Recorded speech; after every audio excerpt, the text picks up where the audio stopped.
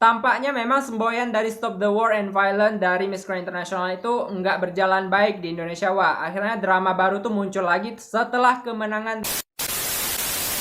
Halo Wak, terima kasih dan selamat datang kembali di channel ini. Dan terima kasih masih mau menyimak serta mencermati dari berbagai cerita yang aku ceritain kali ini. So, dari sekian banyak video yang udah aku bikin dan beberapa topik tentang Miss Supranational, kali ini kita bakal balik ke sebuah topik yang benar-benar banyak banget di request dari Wak-Wak semua, yaitu Miss Grand Indonesia dan juga Miss Grand International. Yap, kali ini kita bakal ngebahas tentang topik perjalanan ataupun history dari Miss Grand Indonesia, mulai dari yayasan-yayasan yang sebelumnya itu dikenal, yang punya banyak sekali lika-liku serta punya sejarah yang kelam di antara yayasan-yayasan yang pernah menaungi Miss Grand Indonesia. Apa saja dan siapa saja mereka? Yuk sama-sama kita simak di video berikut ini. Dan jangan lupa untuk terus memberikan dukungan kepada channel ini dengan cara mengklik tombol like, subscribe, komen, dan juga share kepada channel ini, agar channel ini menjadi sebuah channel yang bermanfaat bagi kita semua serta berfaedah kepada kita semua. Hayati Hayat Nusantara. Let's check it out.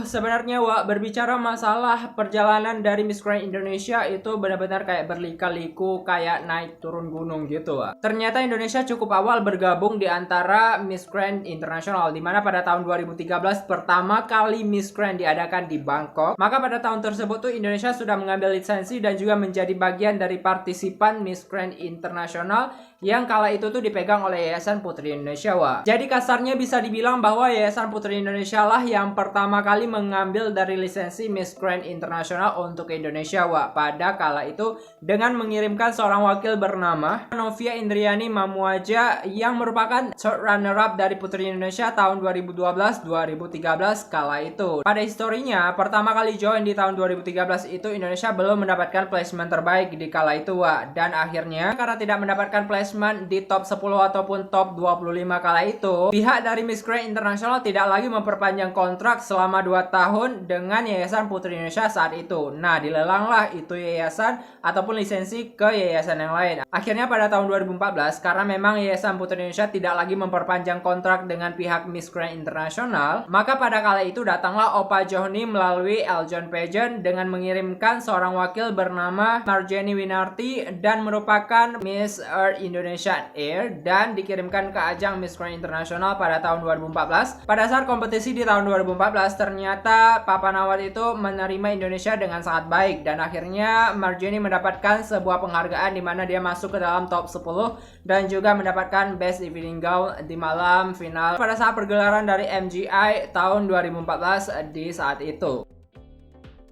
Nah, karena memang sesuai kontrak yang ditetapkan oleh Mr. Nawat yang bahwa setiap negara yang mendapatkan placement di top 10 ataupun top-topan lain, maka setiap negara tersebut wajib memperpanjang kontrak dan mengambilnya selama 2 tahun Wak. Dan akhirnya EJP kembali mengirimkan wakil di tahun 2015. Bedanya, jika tahun sebelumnya yang dicomot adalah anak-anak dari Miss Earth Indonesia, maka kali ini yang dicomot adalah Putri Pariwisata Indonesia. Di tahun 2014, Eljon Pageant mengirimkan seorang wakil bernama Yolanda dan kemudian pada saat itu Yolanda belum mendapatkan placement terbaik di Miss Grand International dan akhirnya lisensi dari Miss Grand International berakhir di tahun 2015 untuk tangan Eljon Pageant. Aku nggak tahu kenapa Mr. Nawat menetapkan kontrak 2 tahun bagi negara-negara yang mendapatkan placement terbaik di top-topan pada saat malam final, dan akhirnya setelah 2 tahun diambil oleh Eljon Pageant. Nah, pada tahun 2016 ini akhirnya lisensi dari Miss Grand International Indonesia tidak ada yang ngambil tuh Wak. Akhirnya setelah terombang-ambing di lautan yang nggak jelas dan tanpa diambil oleh siapapun, Yayasan Putri Indonesia mengambil kembali atas dasar memang pernah menjajaki pondasi untuk Miss Grand Indonesia. Nah, bumbu-bumbu drama ini mulai muncul di tahun 2016 ini Wak. Di pertama kali Indonesia mengirimkan seorang wakil dari comotan third runner up Putri Indonesia tahun 2016 yang kala itu tuh dimenangkan oleh Ariska Putri Pertiwi. Jadi ceritanya pada saat itu memang Ika menjadi favorit dari segala pageant lover di seluruh Indonesia dan kedengarannya tuh benar-benar kayak wah banget dan juga barbar Wak. Dari seluruh pageant lover juga mengompori Yayasan Putri Indonesia Indonesia untuk mengirimkan Ariska ke salah satu ajang internasional, dan kali ini benar-benar tepat banget. Akhirnya Yayasan Putri Indonesia mengambil lisensi Miss Grand Indonesia dan bekerja sama dengan Putri Indonesia tahun 2014, yaitu Elvira Devina Mira bersama keluarga, yaitu Bunda Henida. Nah, setelah dibeli lisensi sama Yayasan Putri Indonesia, setelah terikat kontrak, akhirnya dikirimlah Ika ke ajang Miss Grand International di tahun 2016, yang kebetulan saat itu tuh benar-benar kayak booming banget dan diadakan di Las Vegas pula ya, di kandangnya Amerika gitu. Setelah persiapan yang panjang dan juga perjuangan yang benar-benar kayak memakan keringat banget, akhirnya Ariska tuh benar-benar membuahkan hasil, Akhirnya setelah berjuang melawan beberapa puluh kontestan lain, Ariska berhasil memenangkan the first Miss Grand International dari Asia dan hanya satu-satunya wanita Asia selama ini untuk memegang titel dari Miss Grand International. Keren memang. Nah, ceritanya setelah kemenangan Ariska nih, banyak sekali job yang berseliweran di mana-mana, dan Mr. Nawat pun senang karena memang benar-benar kayak menunjukkan bahwa pageant lover Indonesia tuh benar-benar mendukung dan juga memvibeskan ajang yang masih baru di tahun 2013 ini. Jadi sesuai dengan apa yang dislogankan oleh Miss Grand International, itu Stop the War and Violence, kemana-mana Mr. Nawat tuh ngikut ratunya. Dan kebetulan di tahun Ika tuh benar-benar jobnya itu datangnya banyak banget ke Mr. Nawat dan Miss Grand International Organization. Nah, tepatlah di tahun 2017, di mana ada pergelaran Putri Indonesia di tahun 2017, akhirnya Ika tuh datang dan diundang bersama dengan Mr. Nawat untuk datang ke acara malam grand final dari Putri Indonesia, Disinilah muncul titik-titik kayak adanya sesuatu yang disentilkan, di mana katanya adanya yang tersinggung dari malam final Putri Indonesia tahun 2017. Aku bilang ada yang tersinggung karena memang benar adanya, dan ada pihak yang merasa bahwa Queen yang datang pada saat malam final dari Putri Indonesia tahun 2017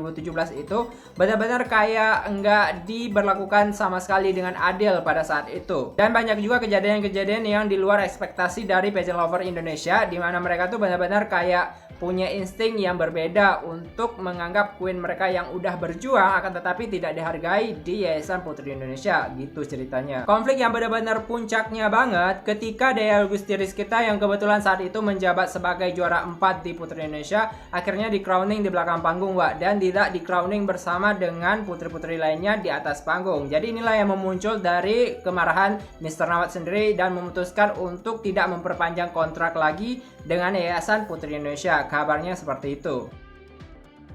Nah, setelah Dea terpilih dan juga diselempangkan dengan seadanya banget, dan akhirnya terciptalah Crown Borobudur Kuning di malam final dari Putri Indonesia tahun 2017. Akhirnya lanjut tuh Dea untuk berkompetisi di ajang Miss Grand International di 2017 yang diadakan di Vietnam kala itu. Nah, pada saat diadakan di Vietnam, akhirnya benar-benar euforia dari pageant lover tuh nampak banget dengan voting yang diraih oleh Dea tuh puluhan juta banyak voting yang dilakukan pada saat Best National Costume kala itu. Akan tetapi dengan perolehan top 10 yang diraih oleh Dea Gusti Rizkita serta Best National Costume yang paling legend hingga saat ini, ternyata benar-benar kayak enggak memberikan keyakinan antara Yayasan Putri Indonesia dengan Mr. Nawat pihak MGIO untuk memperpanjang kontrak lagi. Jadi kayak udah end banget untuk setiap relationshipnya mereka. Dan bahkan adanya sebuah kejadian yang benar-benar kayak mengingatkan kita ketika saat itu Yayasan Putri Indonesia mengepost sebuah foto Ariska, dan dari pihak Miss Grand International itu benar-benar kayak keberatan banget dengan post yang diberikan oleh Yayasan Putri Indonesia dan menegurnya dengan beberapa teguran yang bisa kalian saksikan di sini nih. Nah, setelah Dea Gusti Rizkita berkompetisi di ajang Miss Grand International di tahun 2017, akhirnya langsung lanjut ke 2018. Ya, seperti semula tadi bahwa Yayasan Putri Indonesia tidak lagi mengambil dari lisensi Miss Grand International. Akhirnya terombang-ambing kembali tuh lisensi yang memang benar-benar harus berpindah tangan lagi. Dan pada tahun 2018, Digna Faradiba yang merupakan anak dari Eljon Pageant dan merupakan seorang putri pariwisata di tahun 2016 kalau nggak salah, Digna akhirnya mengambil sebuah lisensi ini dan kemudian bekerja sama dengan Ivan Gunawan untuk bisa menyelenggarakan Miss Grand Indonesia di tahun 2018, dan untuk perdana kali itu benar-benar ditunjukkan dengan adanya mahkota seharga 2 miliar rupiah di saat itu. Nah, kejadian ini tuh benar-benar kayak menguatkan seluruh pageant lover Indonesia dengan apa yang dipersembahkan oleh Digna, dan bahkan semboyan dari Digna itu ingin mempersatukan dari beberapa national director yang sempat terpecah sebelumnya, dan akhirnya diundanglah mereka itu ke dalam sebuah acara yang mungkin meskipun ada beberapa yang nggak datang pada saat grand final Miss Grand International Indonesia pada tahun 2018. Tampaknya memang semboyan dari Stop the War and Violence dari Miss Grand International itu nggak berjalan baik di Indonesia, wah. Akhirnya drama baru tuh muncul lagi setelah kemenangan dari Nadia Purwoko yang merupakan wakil dari Bengkulu, dan akhirnya Vivi Huang yang berasal dari Sumatera Utara itu berhenti di top 2 besar pada saat Miss Grand International 2018 Indonesia. Nah, rumor yang beredar ternyata ada dua pilihan yang benar-benar kayak sulit banget untuk ditentukan, dimana Digna sebenarnya mengharapkan Vivi Huang untuk dikirimkan ke ajang Miss Grand International, akan tetapi karena memang Ivan Gunawan berkecimpung juga pada saat event tersebut, ia menginginkan Nadia Purwoko untuk mewakili Indonesia di Miss Grand International 2018. Karena terjadi percekcokan yang benar-benar kayak hot banget untuk dibahas, wah, akhirnya dua kubu ini saling bertengkar, dan akhirnya Nadia Purwoko berhasil dikirimkan ke ajang Miss Grand International, meraih top 5 di Miss Grand International tersebut dengan prestasi yang luar biasa atas bimbingan dari yayasan yang dipegang oleh Digna Faradiba dan juga bekerja sama dengan Kementerian Pariwisata di Indonesia. Entah apa yang timbul pada saat itu, akhirnya Digna itu merasa acuh tak acuh untuk mengurus dari lisensi Miss Grand Indonesia, wah. Dan akhirnya pada tahun 2019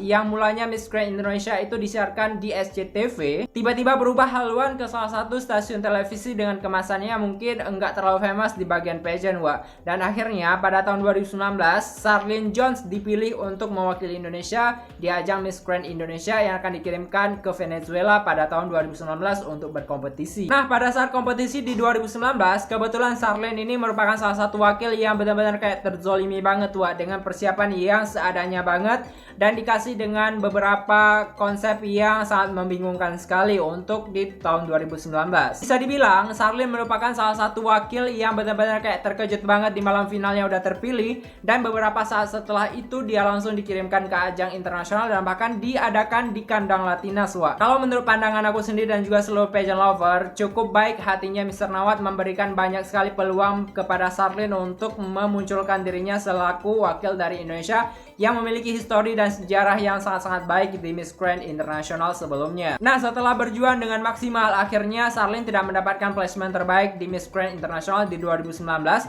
hingga akhirnya lisensi dari Miss Grand International yang mulanya dipegang oleh Digna kembali terlontang-lantung dan juga tidak tahu arahnya kemana, sehingga harus diambil oleh orang yang saat ini kita kenal sebagai Ivan Gunawan. Nah, pada tahun 2020 konsep dari Miss Grand Indonesia yang mulanya itu dikonsepkan mewakili provinsi-provinsi di seluruh Indonesia berubah total menjadi sebuah acara yang benar-benar relasinya itu dekat dengan reality show. Akhirnya pilihan untuk Ivan Gunawan mengambil lisensi dari Miss Grand Indonesia itu benar-benar mendapatkan dukungan yang super duper banyak banget dari pageant lover seluruh Indonesia. Seperti kita tahu bahwa sebelumnya Ivan Gunawan juga berkecimpung di antara Yayasan Putri Indonesia untuk mempersiapkan wakil di Putri Indonesia tahun 2016-2017, dan akhirnya dia memiliki lisensi pribadi yang dibelinya kepada Mr. Nawat, dan pada tahun 2020 akhirnya dia mengirimkan seorang wakil yang benar-benar stunning banget, yaitu Aura Karisma untuk menjadi perwakilan Indonesia dan berhasil mendapatkan posisi keempat di Miss Grand International di tahun 2020 kemarin. Dan yang paling penting adalah karena memang Aura mendapatkan top 5 dengan placement terbaik Indonesia di ajang Miss Grand International kemarin, maka otomatis Miss Grand International bakal menterikatkan kontrak kembali selama 2 tahun ke depan, dan tahun ini menjadi tahun terakhir untuk dipegang oleh Ivan Gunawan. Apakah dia bakal menjadi salah satu pemegang lisensi yang akan berkelanjutan? Just wait and see. Itulah, wak, cerita singkat dari histori perjalanan Miss Grand International yang benar-benar kayak sejarahnya itu terombang-ambing banget di antara satu yayasan ke yayasan yang lain, dan pokoknya benar-benar kayak rumit banget untuk konsep dari Miss Grand International Indonesia yang sampai saat ini menorehkan prestasi luar biasa. So, menurut kalian, wak, di tangan yayasan manakah yang benar-benar persiapannya begitu matang serta memiliki wakil yang sangat stunning? Komentar di bawah. Oke, wak, terima kasih udah nonton video ini, dan juga jangan lupa untuk terus mengklik tombol like, subscribe, komen, dan juga share kepada teman-teman semua, karena tanpa kalian video ini nggak akan pernah mendapatkan peringkat di atas, dan aku harap bahwa video ini bisa memberikan kita edukasi dan juga informasi seputar Miss Grand International Indonesia yang udah aku sampaikan. See you di the next video.